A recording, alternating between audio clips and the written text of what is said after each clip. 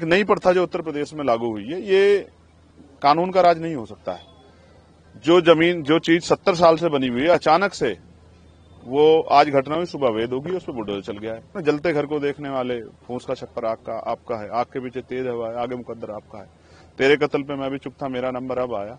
मेरे कत्ल पे तू भी चुप है, अगला नंबर आपका है। कल आज जो वहां हो रहा है, कल उत्तर प्रदेश के किसी और जिले में भी होगा। कब तक चुप्पी रखेंगे?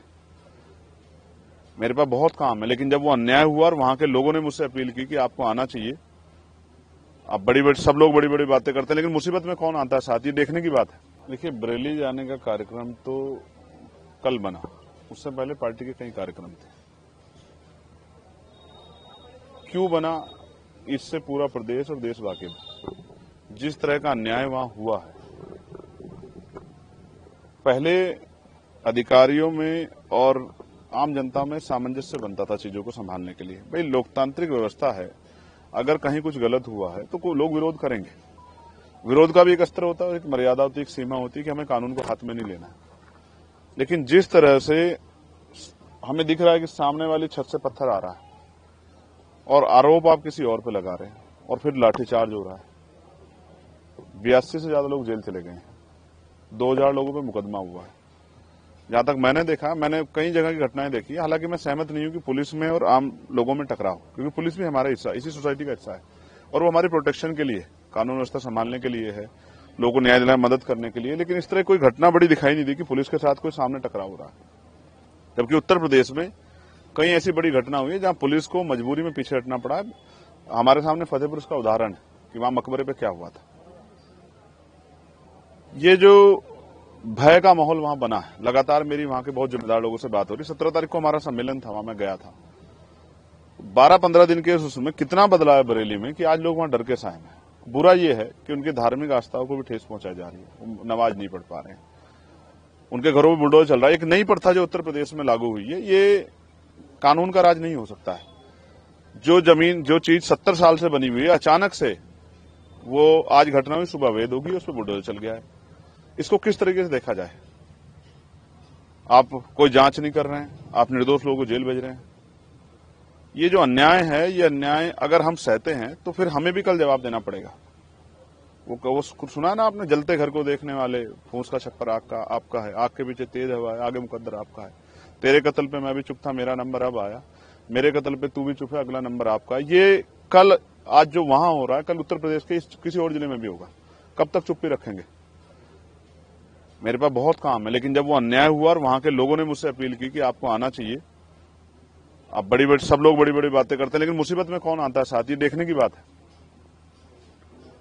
तो मेरी ये जिम्मेदारी बनती है कि आज जाके उनका हाथ पकड़ूं, उनके आंसू पूछूं, उनकी आवाज बनूं, उनके साथ जो अन्याय हो रहा है उसको लोगों के सामने लाऊं। और मैं करूंगा क्या जाके वहां? मैं कोई भीड़ तो जुटा नहीं रहा, मैं जाके पीड़ितों को सुनूंगा। ऐसा क्या हुआ जिस सच्चाई को छिपाने के लिए, वहां जाने से रोकने के लिए इतना बड़ा जो है पुलिस बल लगाया गया है। मेरी पुलिस से कोई लड़ाई थोड़ा ही है भाई। कहीं कोई घटना हुई है तो हम लोग राजनीति कर रहे हैं, हम लोगों की आवाज की बनने की लड़ाई लड़ रहे हैं। तो अगर हम लोग उनके बीच में नहीं जाएंगे, उनको सुनेंगे नहीं, तो बताएंगे कैसे? फिर उस पर न्याय कैसे होगा? तो वहां जो अन्याय हो रहा है वो रुके, वहां जो निर्दोष लोगों पे कार्रवाई हो रही है वो कार्रवाई खत्म हो। वो जो वहां जो डर का माहौल है, भय का माहौल है, वो एक अच्छे माहौल के रूप में, सौहार्दपूर्ण माहौल के रूप में उभरे। आज विजयदशमी है, कल जुमे की नमाज है। ये जो माहौल बना हुआ है, इसमें लोगों को कुचला ना जाए। मैं बहुत जिम्मेदारी से कह रहा हूं कि लोकतंत्र को कुचला जा रहा है बरेली में, और अधिकारियों की, एडमिनिस्ट्रेशन की जिम्मेदारी है कि वो लोगों में इस तरह का जो है सामंजस्य, सौहार्दपूर्ण माहौल जो है बहाल कराएं कि लोगों का ये भय खत्म हो और ये जो अन्याय हो रहा है ये खत्म। प्रशासन का कहते हैं तो माहौल खराब होने का वो है, और तो कहीं ना कहीं माहौल खराब करते हुए, देखते हुए वो लोग आपको रोक रहे हैं, इस वजह से कारण ये भी हो सकता है। अमित भाई, घटना किस तारीख की है?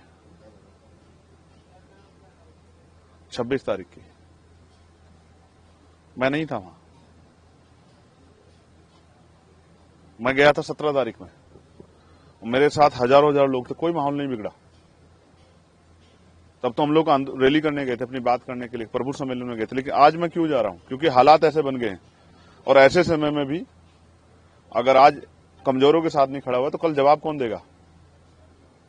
आज सब लोगों की निगाह बरेली की तरफ है कि बरेली में जो अन्याय हो रहा है। हैदराबाद से मुझे फोन आए महाराष्ट्र से मुझे फोन आए, तमाम जो जिम्मेदार लोग हैं, जो इस दर्द को, तकलीफ को देख रहे हैं, उन्होंने मुझे फोन किए कि आपको जाना चाहिए।